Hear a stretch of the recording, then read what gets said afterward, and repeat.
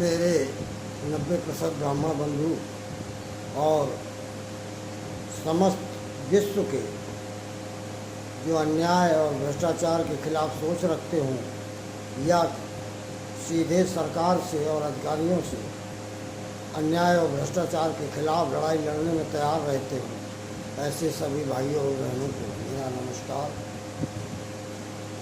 सामाजिक सौहार्द कैसे कायम हो, इस विषय में चिंता का विषय है।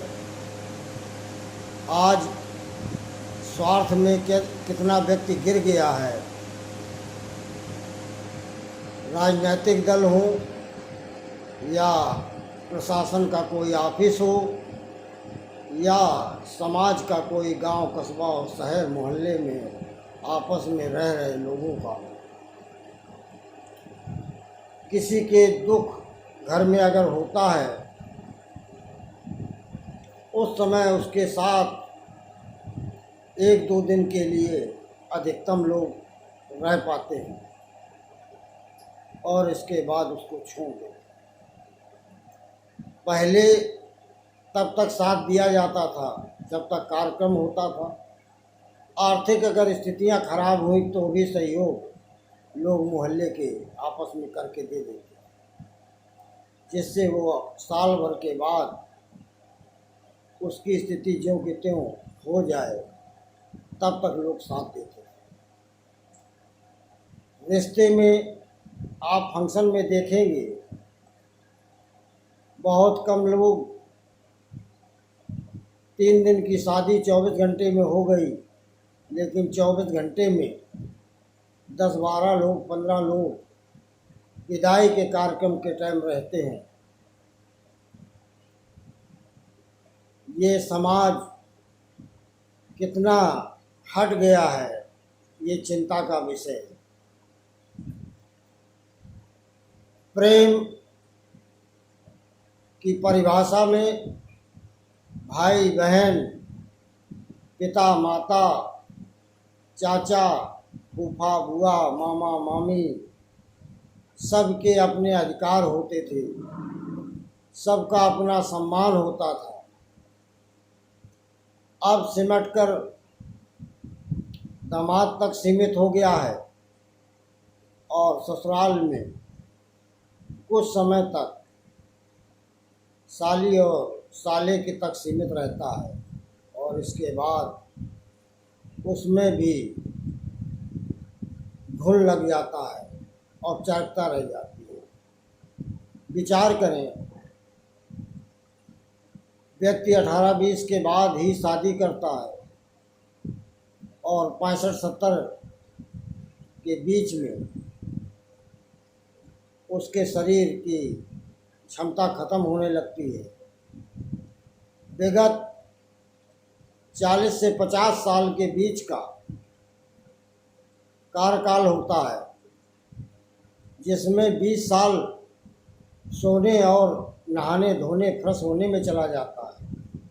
20 साल के लिए, 25 साल के लिए व्यक्ति सारे संघर्ष और धोखाधड़ी करता है। इसी संघर्ष में सबसे मुद्दा बड़ा आता है भ्रष्टाचार का। सरकारी तंत्र को अगर चंदा न दिया जाए, सीधे कहिए सत्ताधारी दल को या पावरफुल विपक्ष का कोई नेता हो या पत्रकार हो, उसके बाद चोरी दिखाई दे जाती है। कानपुर में अभी छापा चल रहा है। कानपुर में कितने मगरमच्छ होंगे आप देखेंगे।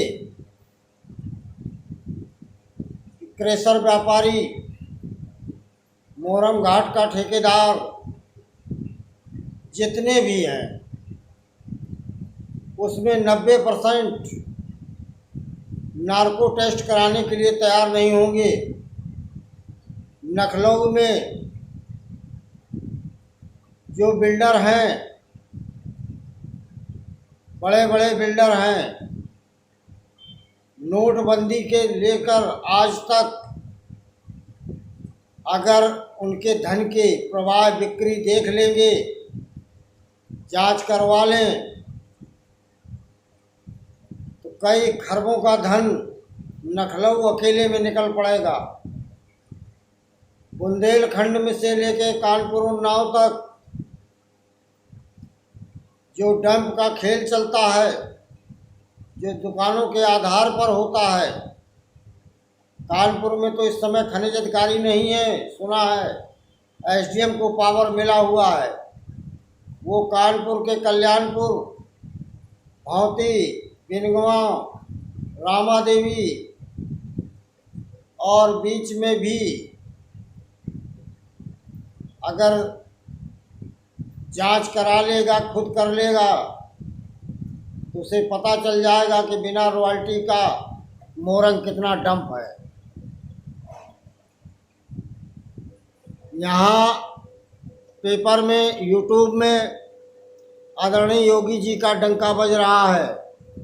सुना है अधिकारी भी उसी डंके के आधार पर काम कर रहे हैं, लेकिन बड़े ट्रांसपोर्टर बिना रॉयल्टी धड़ल्ले से चल रहे हैं, ओवरलोड चल रहे हैं। एक दो ट्रक वाला पिसता है। कितना बड़ा भ्रष्टाचार है। हमारे प्रमुख सचिव उत्तर प्रदेश ने 1 तारीख से 15 तारीख का पेपर में दिया है बयान, लेकिन इसके पहले 30 तारीख से मोरंग घाट बंद हो जाएंगे। 75% ओवरलोड 10 दिन के लिए बंद हो जाएगा। लेकिन ट्रैक्टरों से लोकल में जो डंप पड़े हैं, वो रात बिरात अधिकारियों के सह से मार्केट में आते रहेंगे। बड़े बड़े कैबिनेट मंत्री इन धन्ना सेठों के आगे बौने और बेबस हैं, क्योंकि नंबर 2 का चंदा चाहिए। हमारी लक्ष्मी माता की बड़ी कृपा है, जिधर दिखा दिया जाता है वो व्यक्ति मोहित हो जाता है। अन्याय के बारे में लोग खाते से पैसा लेते हैं, लेकिन तिकड़म करके कोर्ट चले जाते हैं। कुछ लोग थाने में अपना प्रभाव दिखाकर काम कर लेते हैं। ईमानदार व्यक्ति का कैसे गुजारा हो, ऐसे ऐसे लोगों से धन ले लिया जाता है। कार्ड स्वैप करा लिया जाता। आजकल कार्ड बहुत मिल रहे हैं, लड़कों के समझ में नहीं आता, और शुरू में विश्वास में लेकर थोड़ा थोड़ा धन लिया जाता है, वापस किया जाता है, और बड़ा अमाउंट होते ही बेईमानी की नीयत करके उसे सुसाइड करने के लिए मजबूर कर दिया जाता है। मैं ऐसे सभी युवा बंधुओं से कहूँगा, धैर्य धारण करें। जिंदगी बड़ी है, धन छोटा है। संघर्ष करके दोबारा पैदा कर लोगे, लेकिन गलत कदम उठाने की तरफ कतई ना सोचें। साथियों, महिला शक्ति हमारी आदरणीय है। वो किसी समाज की हो, अगर उसके साथ कहीं अन्याय हो रहा है और आप देख रहे हैं या सुन रहे हैं, तो आप उसके सहयोग में खड़े हो जाएं। ऐसी मेरी आपसे अपील है। धन्यवाद। सब्सक्राइब, लाइक, शेयर ज़रूर करें। आपका यूट्यूब चैनल अगर शक्तिशाली हो जाएगा, तो जो पत्रकार बटे हुए हैं सत्ताधारी विपक्ष में, वो फिर समाज में एक रूपता से काम करेंगे। ना उन्हें विपक्ष दिखाई देगा, ना सत्ता पक्ष। समाज सेवा के लिए जो चौथा स्तंभ है, उसी पर काम करेगा। धन्यवाद। संपूर्ण ब्राह्मण। जय परशुराम, जय रावण। राष्ट्रीय संयोजक अध्यक्ष अशोक दुबे, जालौन, बुंदेलखंड, कानपुर, यूपी, भारत देश। जय लंकेश।